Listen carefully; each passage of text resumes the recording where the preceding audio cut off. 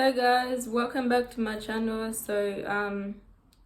Today, well, it's the same day, and I'll be reacting to The Most Beautiful Life Goes On, a story of BTS, and this was suggested by Did You See My Bag? Yeah, if you guys haven't seen my recent videos, I'll leave them links down below, or you see them popping up somewhere in the screen. But yeah, I hope you guys enjoy, and I'll just get straight into it. Let me just quickly put it on.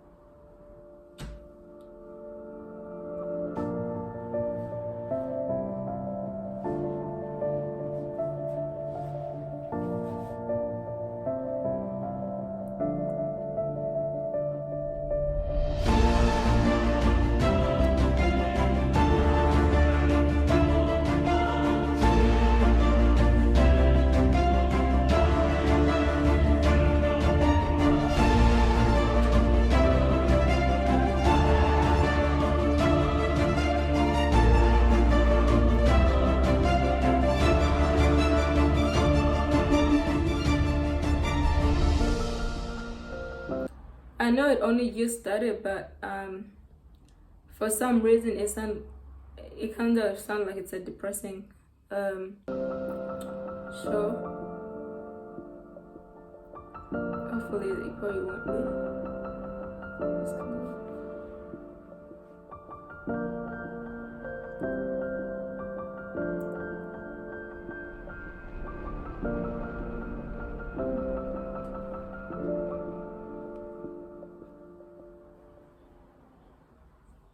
Today, everyone knows the name of BTS. They've been invited onto late-night talk shows, they've shattered records, they've sold out stadiums, they've made it onto the big screen.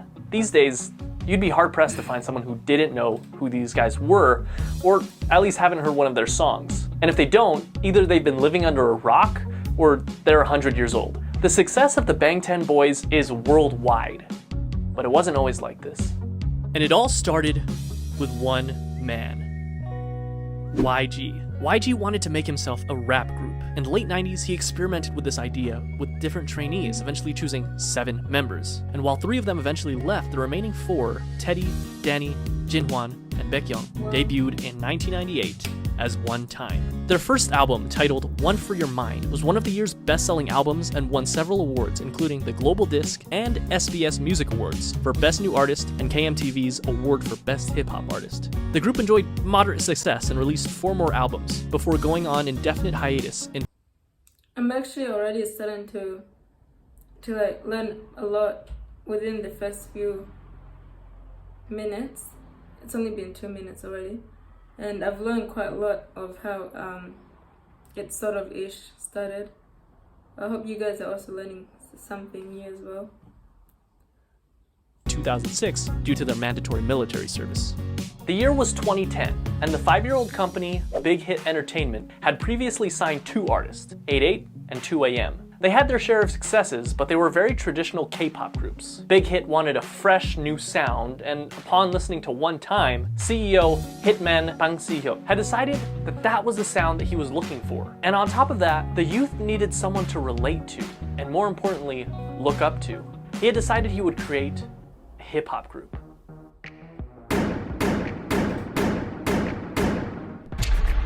At 15 years old, Kim Namjoon auditioned for a certain Big Deal Records, which he completely botched, forgetting the lyrics to the song he was performing. Afterwards, fellow rapper Sleepy recommended that he try auditioning at another label, Big Hit. Oh, that's nice. That the guy ended up suggesting him to another label instead of like telling that this is not good for you, unlike some other producers. Sometimes if you're not good enough, or if you make a mistake, they'll be like, nah, this is not good for you. But then here it's actually encouraged to continue. It's nice. And even put in a good word for him to one of the producers there. At age 16, Kim auditioned in front of Bang Si-hyuk himself and instantly impressed him. He was offered to deal with Big Hit on the spot, which Kim accepted and became a trainee, officially choosing a name for himself, Rap Monster, destined to become the leader of the newly created group. Now that a fearless leader was chosen, they needed more members.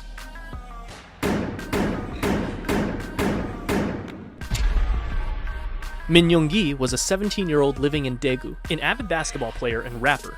He had been interested in music, especially rap, from a very early age, and despite his parents' disapproval, started performing as a rapper while still in high school. He quickly gained attention as a rapper and producer in the underground hip-hop scene. One day he saw a flyer for a rap competition called Hit It and decided to participate. And although he only placed second, the company hosting the competition, you guessed it, Big Hit, decided to sign him on as a producer. Hitman Bang spoke with him afterwards, convincing So he kind of became a producer quite at a young age. Interesting. him to join a newly created hip-hop group. He told him to just focus on rapping and assured him that he wouldn't need to dance. He was lying. And just like that, the new group had a second member, known as Suga, a combination of the first two syllables of shooting guard, his favorite position in basketball. But they wouldn't stop there. Rappers were nice, but Big Hit actually needed a dancer. Jung Ho-seok always loved dancing. He was in the starting lineup of the dance crew Neuron in his hometown, Gwangju. He was good at it too, winning several local championships and even winning a championship at the national level in 2008. When he decided to audition for JYP Entertainment though, after a few rounds of auditions, he was cut. Fortunately, he didn't give up and went to his second option, a smaller, lesser-known company, Big Hit Entertainment. His dance skills and strong understanding of rhythm made him an instant favorite, and he was signed on as J-Hope. Not only that, but they saw potential in him to become a rapper, which at this point he had little experience with. However, J-Hope quickly felt that he wasn't a good fit and decided to leave Big Hit until RM convinced both J-Hope and Big Hit that the group wouldn't be complete without him. He was right. 맞지? 근데 형 항상 정말 후회 아니에요. 종호서 와야 된다고. 종호서 안 오면 진짜 안 된다고. 멤버 그냥 믿고 간 거야 나도. That's nice. 오래 했고 멤버 보고 왔어. 멤버 보고 왔어 진짜. 근데 나는 진짜 네가 그 기억. With the addition of J-Hope, the rap line was complete. Now they needed some singers. Now, just like how RM, an amazing rapper with a ton of experience, was chosen as the first official member of the rap line, it would only make sense that a legendary singer and dancer would be the perfect first member of the vocal line. Right?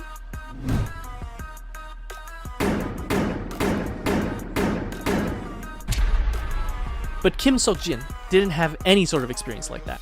Believe it or not, one day when he was walking on the streets of his hometown, Anyang, he was approached by a representative of SM Entertainment with an offer to work for the company. In typical Jin fashion, he never followed up with them because he believed it to be a scam. Apparently, Jin was a very good-looking guy because years later, this time as a college student in Seoul, he was once again approached on the street, this time by an executive at Big Hit Entertainment.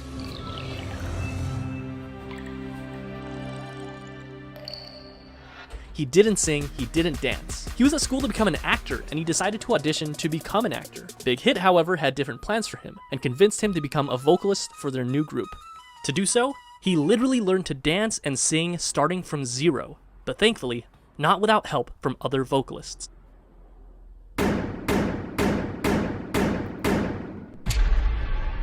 John Jung-kook initially had dreams of becoming a badminton player when he was young, but after seeing G-Dragon perform Heartbreaker on television, it influenced him to want to become a singer instead. Because of this, at only age 14, he decided to audition for the South Korean talent show, Superstar K.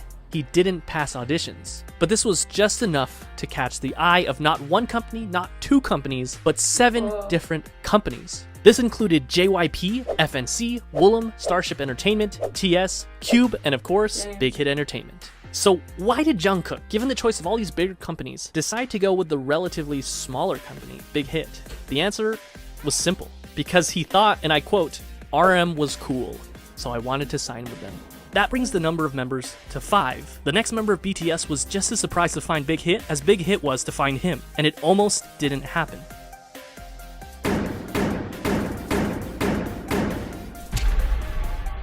Kim Tae-young was always passionate about music, and it was always his dream to pursue it as a career. However, it was hard, as his family was poor, his parents being humble farmers. His father told him that if he was passionate about music, he should learn an instrument, and he did, spending 3 years practicing with a saxophone. One day, one of his friends decided to audition for Big Hit Entertainment when they were holding auditions.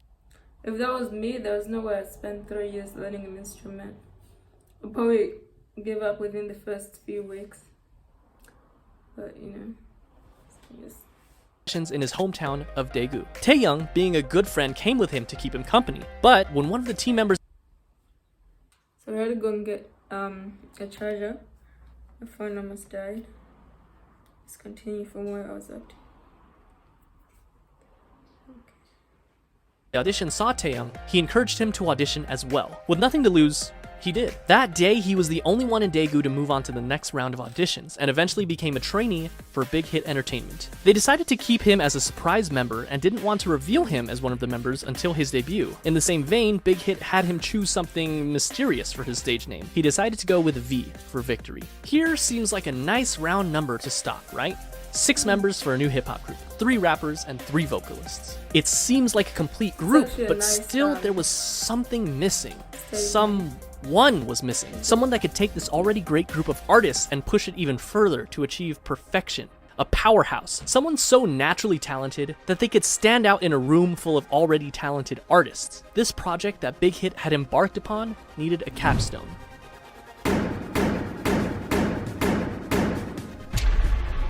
Park Jimin was a naturally talented dancer. When he was in middle school, he attended a dance academy and continued to pursue dance at Busan High School of Arts, where he studied contemporary dance and was the top student in the whole modern dance department. Impressed by his raw talent, a teacher encouraged him to audition for Big Hit Entertainment, who were holding auditions in Busan. He was only 16 when he passed the audition and moved to Seoul to become a trainee. He was the final member of the group, and he also had the shortest training period.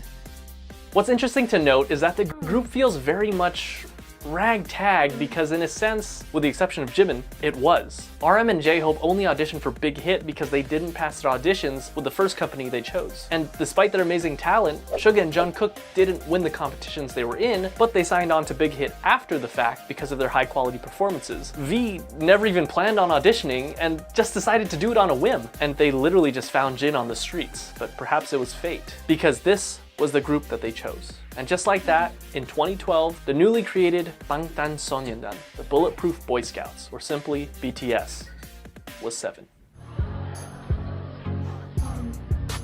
저도 아침에 리허설 때 이거 보고 많이 웃었습니다. They had the group, but they still needed the music. In early 2013, they set out to create some social media presence for themselves before officially debuting, posting song covers on both SoundCloud and YouTube, which you can still go watch today. In May, Big Hit launched a countdown clock on their website in preparation for BTS's debut album, complete with a trailer and a ton of promotional material, including photos for the first time of all the members in the official lineup.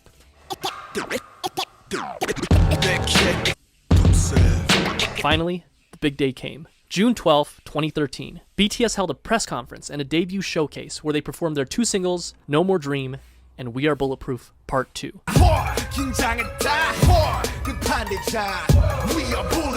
The same day, the Too Cool for School album, as well as the music video for No More Dream, were released.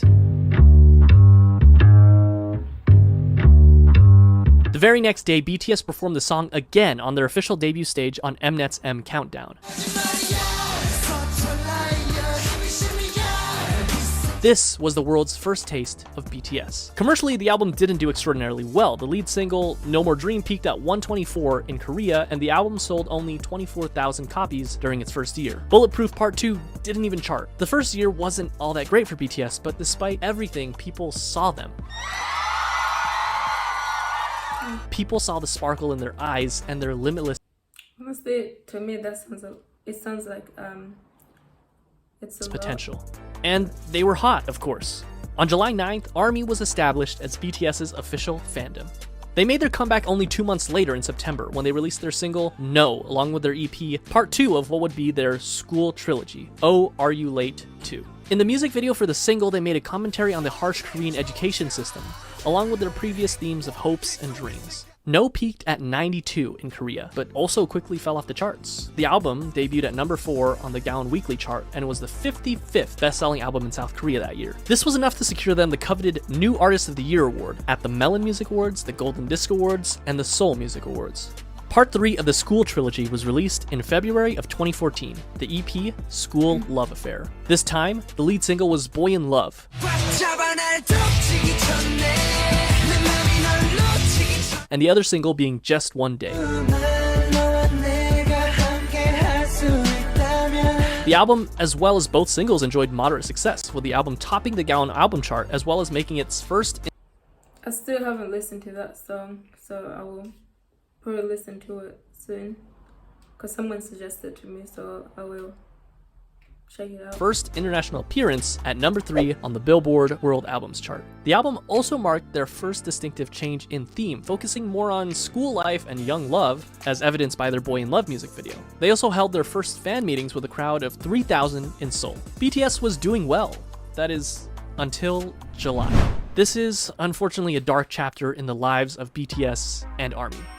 That's right, American Hustle Life. I'm joking, of course, but American Hustle Life was a reality show put together by Mnet that brought BTS to Los Angeles, where they had the unique opportunity to learn the true ways of hip-hop from the masters. And it was a pretty darn cringy opportunity, but an opportunity nonetheless. Whatever you do, just don't watch the Warren G version of Boy in Love. You've been warned. However, cringe and all, the trip proved fruitful for BTS, making connections, performing their first US concert for free in front of 200 fans, as well as their first appearance at KCON. The next month, in August, BTS released their first full-length studio album, Dark and Wild. The album featured 2 singles, Danger and War of Hormones. The album featured a marked shift in sound with a touch of R&B and electronica. It was met with moderate success. It peaked at number 2 in Korea, selling over 200,000 albums. In October and again in May of the following year, BTS went on their first and second concert tours, known as the Red Bullet Tour, where they visited 13 different countries, including Japan, the Philippines, Australia, the US, Mexico, and many others. They also came out with their first Japanese album in December, Wake Up, featuring many Japanese versions of their songs as well as original tracks Wake Up and The Stars, followed by a Japan tour and a solo concert in Korea.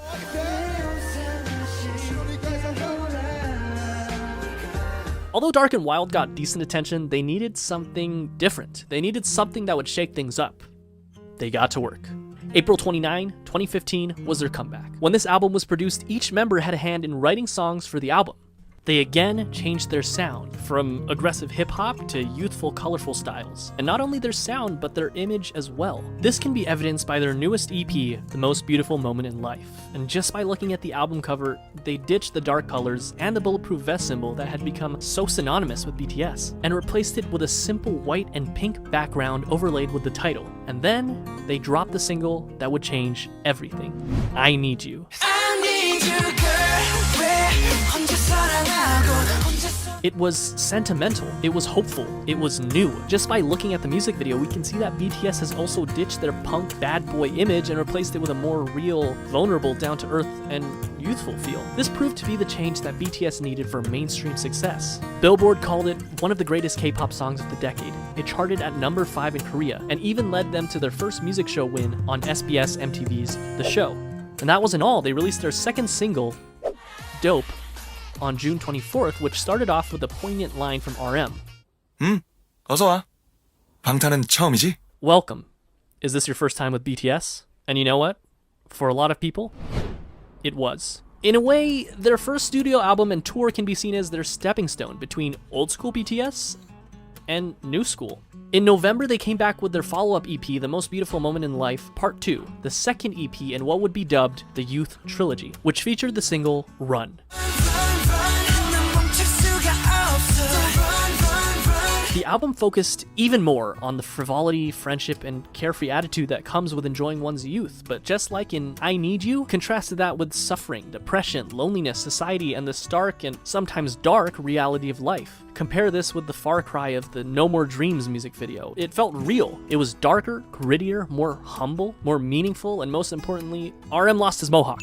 Run also connected narratively with their previous single, I Need You, and another video released in September titled On Stage Prologue established what would come to be known as the BTS universe, or the BU,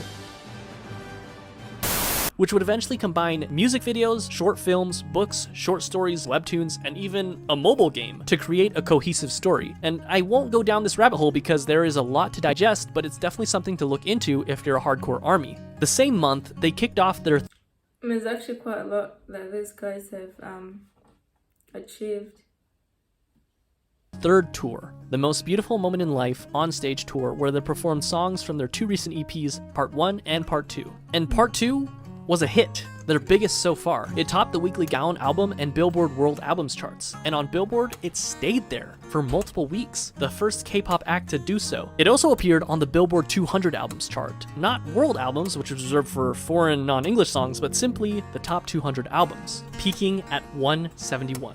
Which is kind of amazing considering that this was back in 2015. They also received Best World Performer at the 17th Mnet Asian Music Awards. This brings us to part 3 of the Youth Trilogy, The Most Beautiful Moment in Life, Young Forever, released on May 2nd, 2016, which featured probably my favorite BTS album cover. Young Forever was actually a compilation album of parts 1 and 2, so it was mostly the same songs, but it was notable that it had some new singles, Epilogue, Young Forever, Fire, and Save Me. The latter two performed exceptionally well, with both songs topping the Billboard World Digital Songs chart. This was also the second BTS album to chart on the Billboard 200 at 107, and it topped both the Gaon weekly and monthly chart, which earned BTS their first Daesang.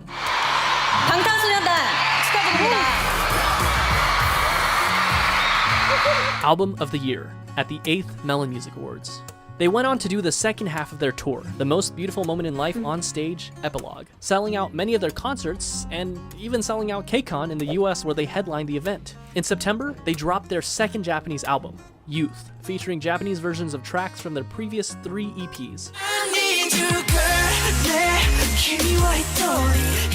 which went gold and peaked at #1 on Japanese charts. And only a month later, in October of 2016, it happened. BTS dropped their second studio album, Wings. It sold over 500,000 copies in its first week. In comparison, The Most Beautiful Moment in Life Part 1, released just the previous year, which topped the Gaon chart, sold about 500,000 in its entire lifetime. Wings was big, but the true showstopper was its lead single, Blood, Sweat, and Tears. It's actually quite a lot, the amount that they managed to sell. Wow. Which got them their first all-kill, topping 8 music charts in South Korea. Its music video gained 6 million views in the first 24 hours, which broke the YouTube record for the highest number of views of a K-pop group music video within 24 hours. The album hit number 26 on the Billboard 200, the highest ever charting K-pop album on Billboard. They ended up selling 1.5 million copies in South Korea in 2016 alone, and it netted them the Artist of the Year award at the Mnet Asian Music Awards that same year, the first non-Big 3 artist ever to receive that award. 수상자는 방탄소년단.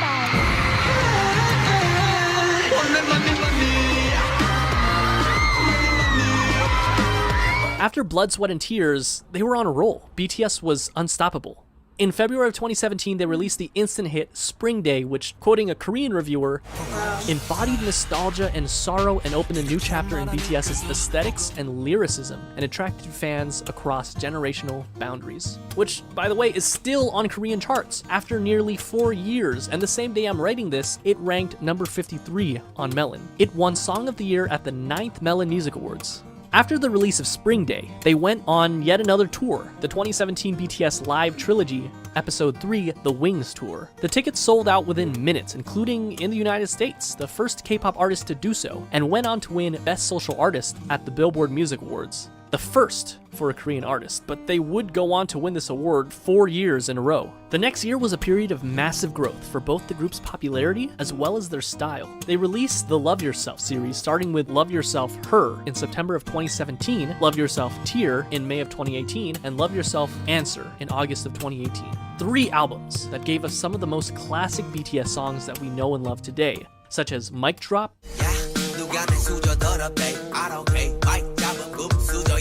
Fake Love,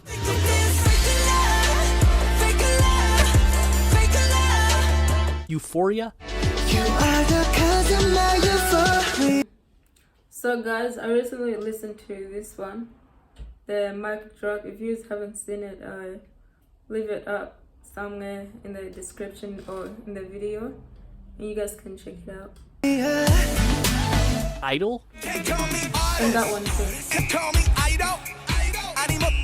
and of course, and Answer also did equally well. These three albums, as well as their Japanese album, Face Yourself, proved that they weren't done yet, not even close. During this time, they shattered countless records. Their singles went platinum, they topped charts, they won awards, and not only did they break YouTube records, but they broke records that they themselves set again and again and again. This is the period where BTS really started enjoying global recognition, working with huge Western artists such as Nicki Minaj, Designer, and Steve Aoki. It wasn't their first time having international features on their songs, but it was definitely the biggest. And even though they were already, without a doubt, the biggest act to ever come out of South Korea, they had their eyes set even higher. They went on tour once again for the Love Yourself World Tour. During this tour, they collaborated with Steve Aoki to make the song Wasted on Me. Wasted on me, wasted on me. Notable for being their first all-English feature, and it also served as a jumping-off point for BTS to gain a following of English speakers. Not that they really needed the help, as they sold out concerts even in the US leg of the tour, including at Citi Field in Queens, New York, where tickets sold out in 20 minutes. And as if that wasn't enough, they dropped the movie in November, Burn the Stage, which in the US alone grossed $3.54 million in the first weekend, breaking the record set by One Direction's movie, This Is Us.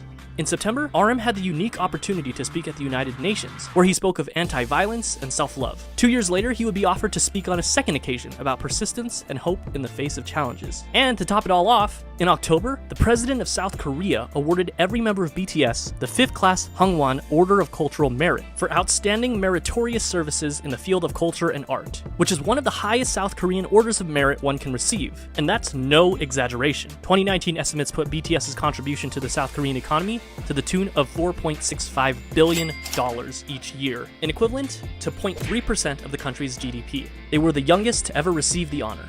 2019, BTS invited to the Grammys, Time Magazine, Billboard. BTS entered a new era. Not an era of simply global recognition, but global dominance. April 12th, 2019, enter Map of the Soul Persona. First things first, you can't mention Map of the Soul Persona without mentioning Boy With Love. It was simple math. What do you get when you cross the singer of one of the best charting songs of all time that went platinum 59 times in 13 different countries with, without a question, the most globally dominant pop group of all time? Well, you get this.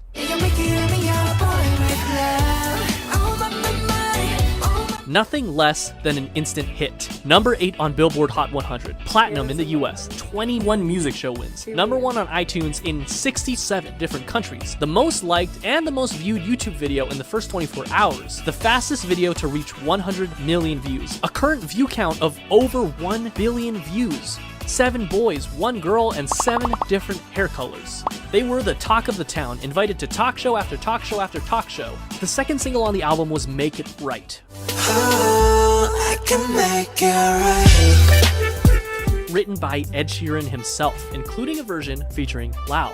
The album debuted at number 1 on Gaon and sold 3.2 million copies its first month, and that's only in Korea. It became the best-selling album in South Korea ever. It swept every major Korean music show, winning Album of the Year in each one of them. They followed up this legendary EP with the Love Yourself, Speak Yourself World Tour, where they sold out both the Rose Bowl and the Wembley Stadium in only an hour, the only non-English speaking act to do so. They even performed as a solo act in Saudi Arabia, the first foreign act to do that. The last stop of their tour was at South Korea's largest venue, the Seoul Olympic Stadium. They ended up grossing $200 million.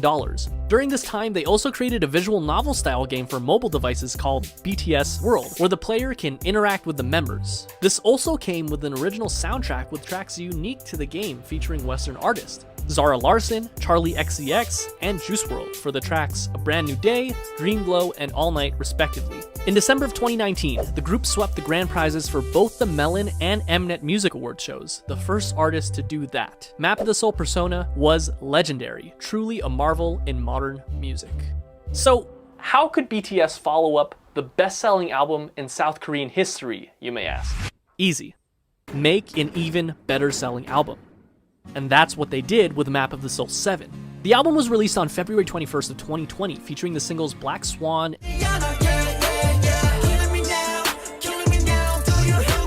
and On, and sold over 4.1 million albums in just the first week. And the first Korean That's interesting.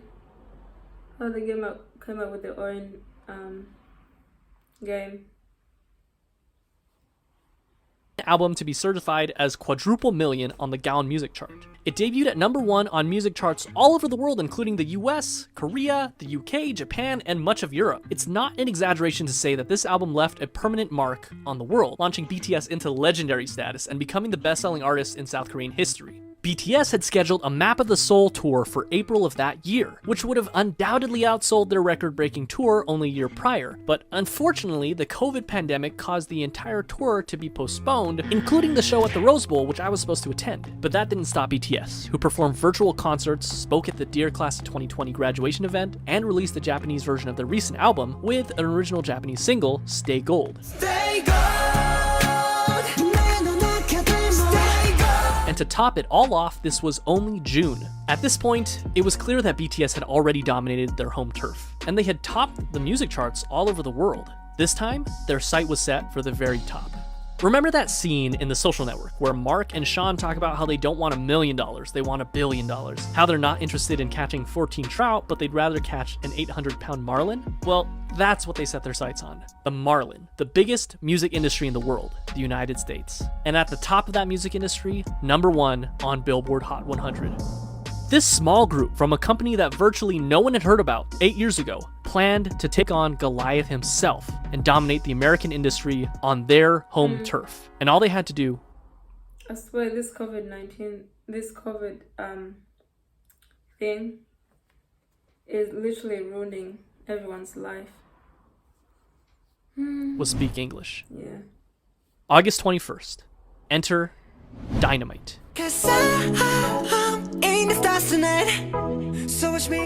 Their first and only English single so far, simultaneously performed better than anyone had expected, but at the same time is exactly what we as an audience had come to expect from the legendary boy band themselves. And they did it. They reached #1 on the US Billboard Hot 100, the Global 200, and the Global Excluding US chart, and they made sure that if you hadn't heard of them before, you definitely have now.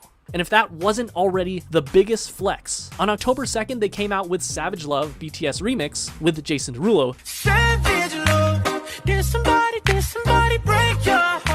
getting #1 on the Billboard Hot 100 again, less than 2 months after already getting it #1 with Dynamite, and on the Global 200, where they actually replaced themselves at #1, the first artist to do so ever.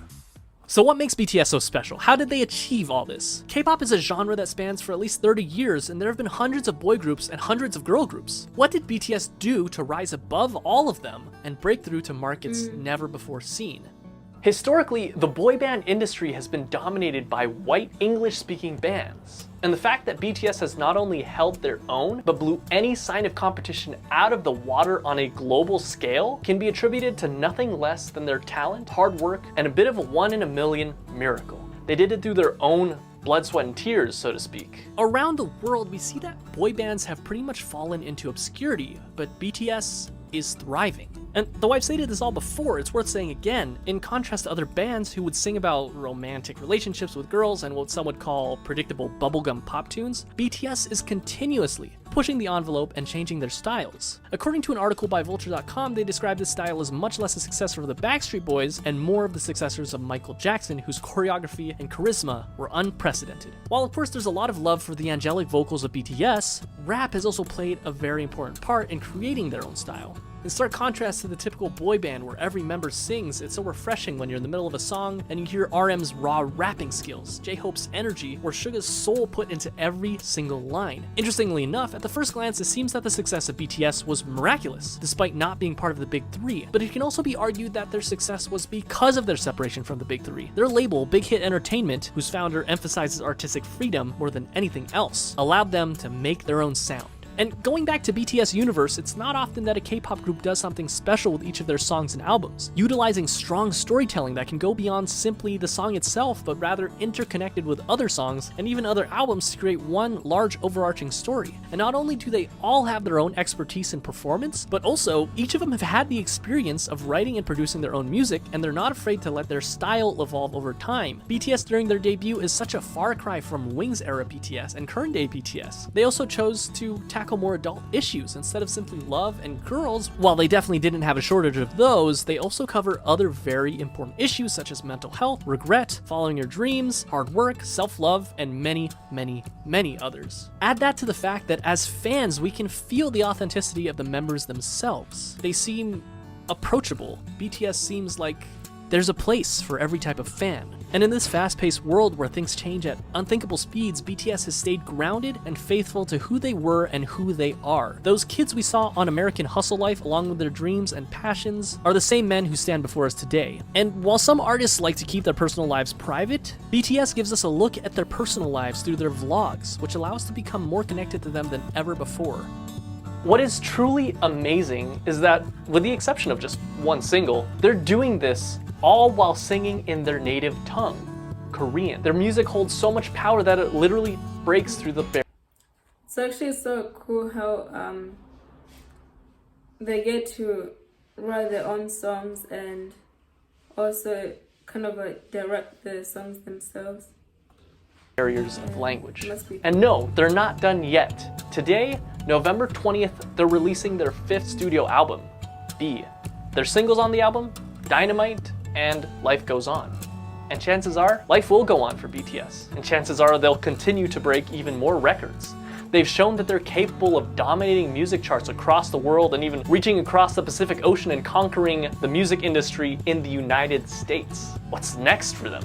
Mars? In any case, they've only started in 2013 and BTS is as strong as it's ever been. As far as we know, they will only continue to light it up like a dynamite.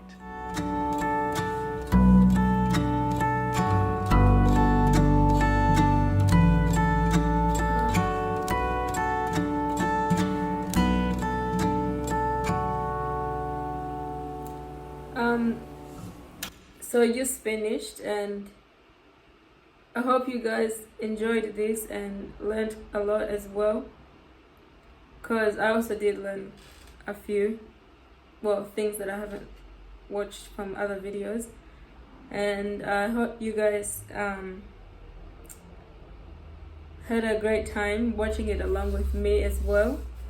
And as usual, if you like this, please feel free to give it a thumbs up and share it around and leave a comment in the comment section, because guys, I like to read your comments that you leave, even if there's a negative comment. Feel free to drop it down, because honestly don't care, because I've already got some haters, guys. So whatever you guys feel to say, feel free to drop it down. And yeah, and if I don't get to react to your video that you suggested, it's only simply because it's been blocked by the owner, and yeah.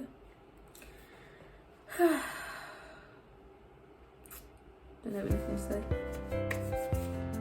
I'm just gonna end it here and hope you guys have a great day.